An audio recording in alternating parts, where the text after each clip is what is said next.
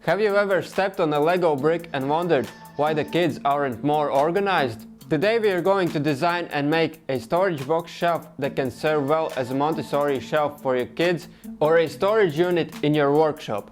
In this video I will share a couple of advanced tips on parametric design and how you can use the rectangular pattern tool to elevate your projects to the next level, as well as simple guidelines for picking the best suitable type of joint for your project.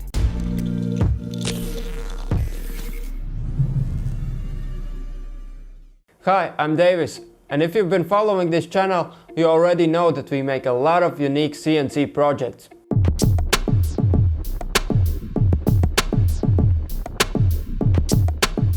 If you are new here and you would like to see what can be made on your CNC router, make sure you subscribe. Anyway, everybody knows that it's easier to be organized if you have a specific place for each of your items.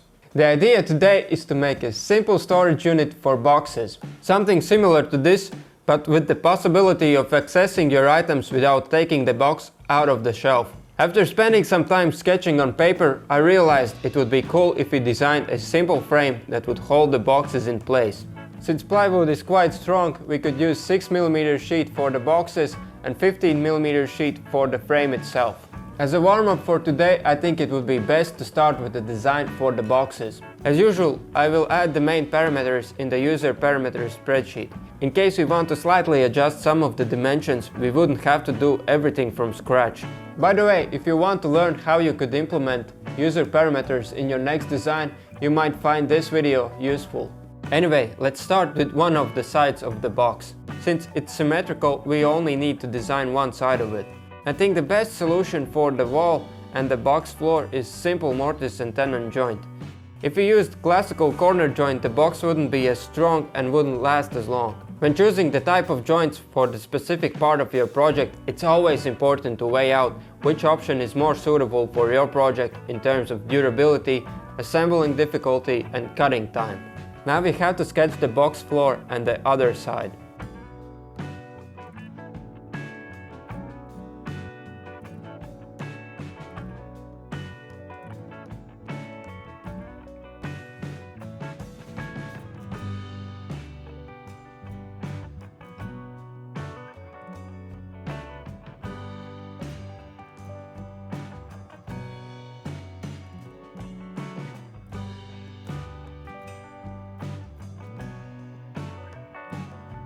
I will add a slot in the middle of the upper section of the wall to create a handle. Alright, we are done with the boxes and it's time to sketch the frame itself. I think it's better if we started with the side first. But before we do, let's quickly add a couple of user parameters. Like the first one, we could set the height of the shelves. That way we could easily change it if necessary. As the second parameter, we could set the number of shelves. It's important to select no units here in the drop-down menu. This parameter will help us to easily adjust how many box shelves we want per one unit. As the next parameter, we could set how many boxes could fit in one shelf. Again, select no units in the drop-down menu. If there will be any unit assigned to this parameter, it won't work. Now, when user parameters are set, we can get to work. First, we need to sketch the skeleton, as I like to call it, using, of course, the sketch lines.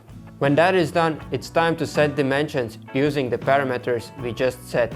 For the height, we are going to write an expression, the number of shelves times height of the section. Now, if we adjust one of the parameters in the spreadsheet, the height will adjust as well. The distance here should be set as height of the section, so if we change the parameter, the dimension will adjust as well. Let's set this distance as width from user parameters. Alright. The easy part is over and it's time to get into the more advanced parametric design. We are going to use a rectangular pattern function in a moment, but before we do, we have to design a couple of mortises and perhaps some decorative elements. The rectangular pattern tool is really simple. You can select the objects you want to be multiplied to whichever direction you need and specify a distance between them. I will quickly finish the objects we will need for this and then I will show you how it works. You can find the rectangular pattern tool in the Create section. You should be able to locate it in the drop-down menu. Now we have to select the objects we want to use.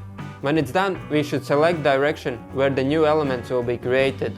Under the distance type, you can choose between spacing and extent. In this case, we are going to choose spacing, so that way there is a fixed distance between the elements.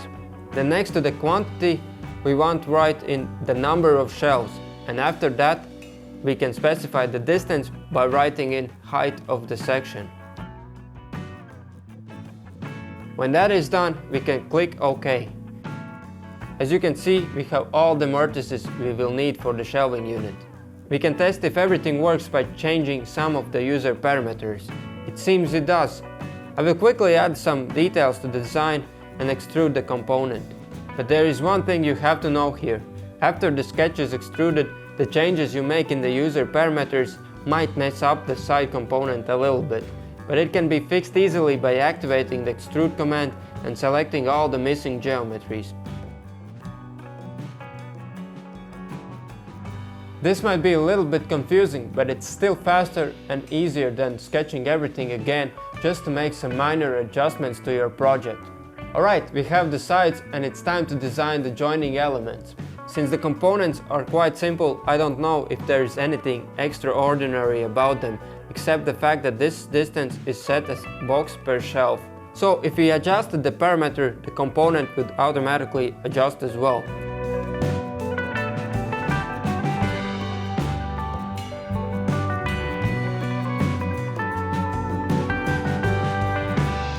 Oh yeah, I decided to use the wedge joint in all of the corners, so the frame is stronger. The design is ready, so it's time for the CNC to do its job.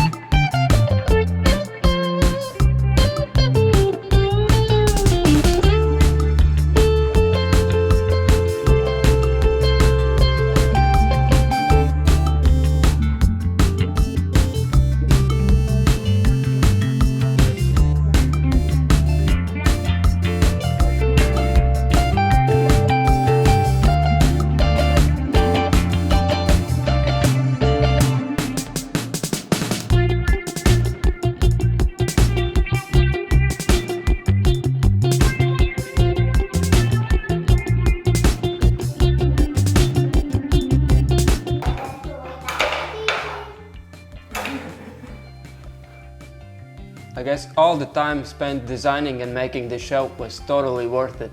I hope you learned something new today. And if you want to make a shelf like this for yourself, you don't have to necessarily sketch it yourself. You will be able to get the DXF files for this and many other cool projects at Aribabox.com. Anyway, if you enjoyed this video, please leave a like and also subscribe for more CNC and design related content. Stay creative and I'll see you next time.